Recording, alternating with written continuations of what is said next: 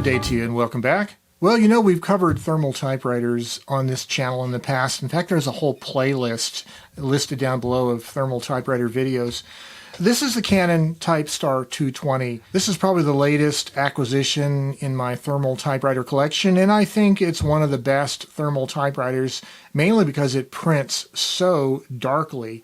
Well, one of our viewers, Ken Pritchett, had got himself a Canon TypeStar 220 because of a previous video I made on it. He is an aerospace engineer, and he decided that he was going to try to figure out how to make a paper roll holder for the Canon TypeStar 220.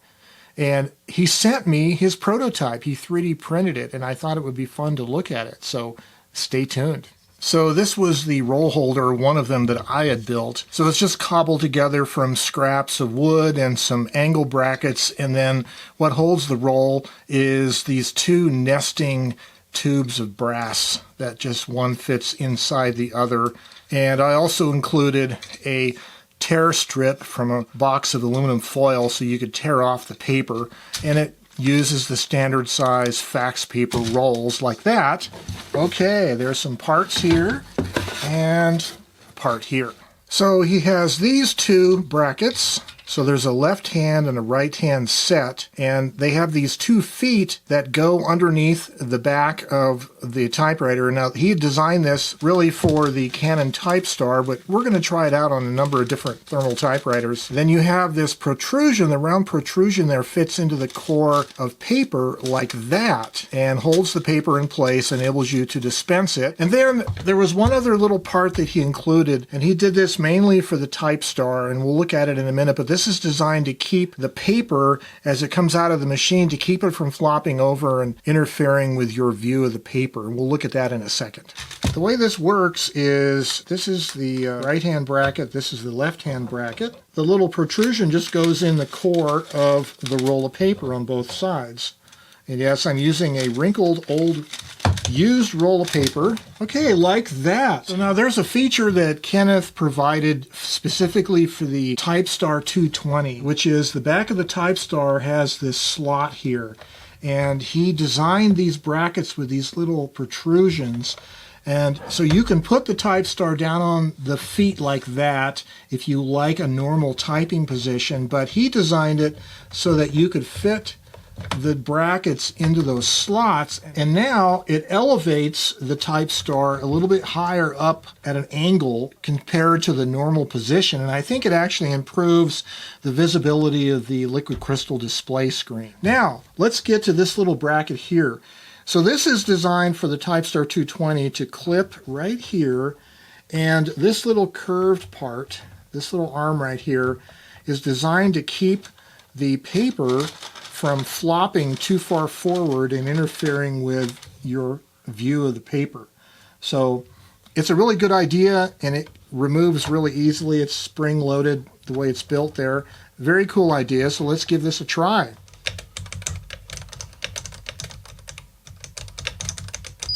Yes, I really like the position of the keyboard like this. It is a lot more comfortable. Okay, so even though the bracket was sort of designed specifically for the TypeStar 220, it'll work on other thermal typewriters. So this is a TypeStar 4. It doesn't have that same deep groove in the back, but it'll work just as well because the machine sets on the feet like that, and the feet keep the brackets in place from sliding around, and you basically just center the machine onto the roll of paper wherever you want it to start at. And then you can thread it up in there like that.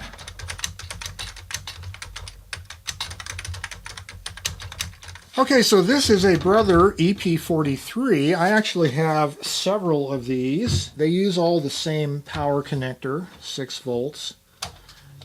Should just fit right over like that. The EP43 has a kind of a paper support in the back. And Kenneth's holder works quite well to enable you to pull out as much paper as you need from the roll, as I'm doing right there.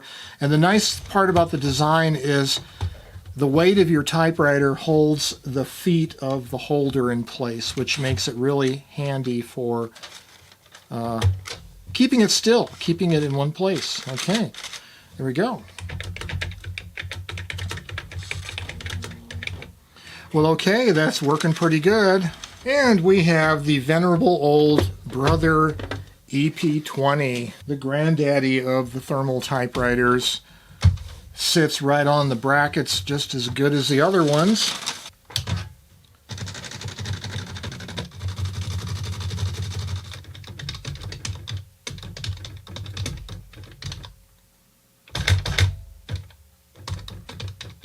And of course, the weight of the machine holds it in place. You can adjust the lateral position back and forth to center it on wherever you want to put it on your machine.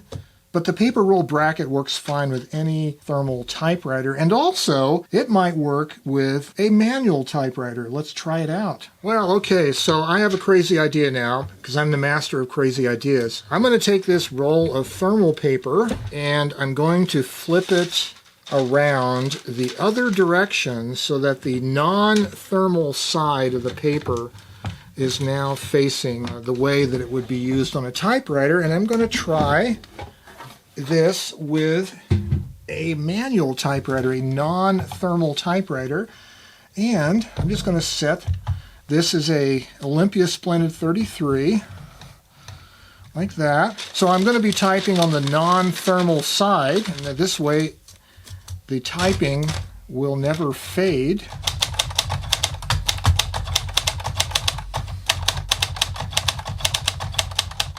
So now, the thing about using a roll of paper on a manual typewriter is, of course, you have a carriage that goes back and forth. But it sort of looks like to me as if this is going to be okay. There's enough movement. Like if you give yourself a little bit of a loop back here, a service loop, there's plenty of room for the paper to move laterally like that as you're typing.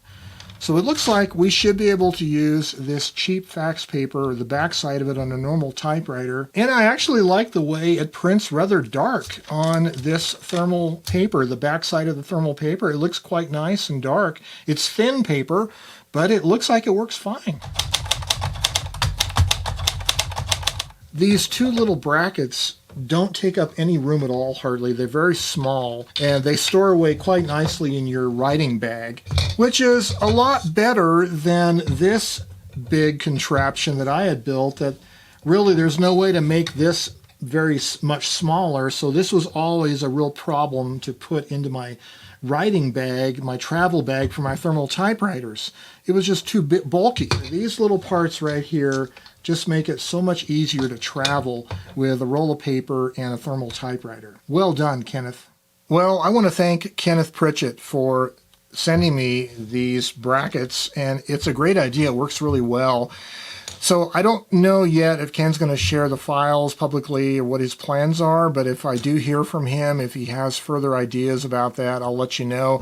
And also, he had asked me about if there's any improvements, any ideas for improving the idea for these brackets. And right now, I don't really have any ideas for improving the product, but they work really well, and I like it. And they're very small and easy to store in your travel bag with your thermal typewriter and your roll of paper. So a great idea. Thank you, Kenneth. Well done. And you know, this is just another example of how we can take this new additive manufacturing technology, 3D printing, and use it to come up with new solutions for things that would have been harder to do trying to cobble this together out of wood or whatever. So 3D printing is a way to go on a lot of these applications, and Kenneth is showing us the way here. If you have a thermal typewriter and like writing with it, drop a note down below. I'd love to hear from you. And as always, stay creative and have yourselves a great day. Bye-bye for now.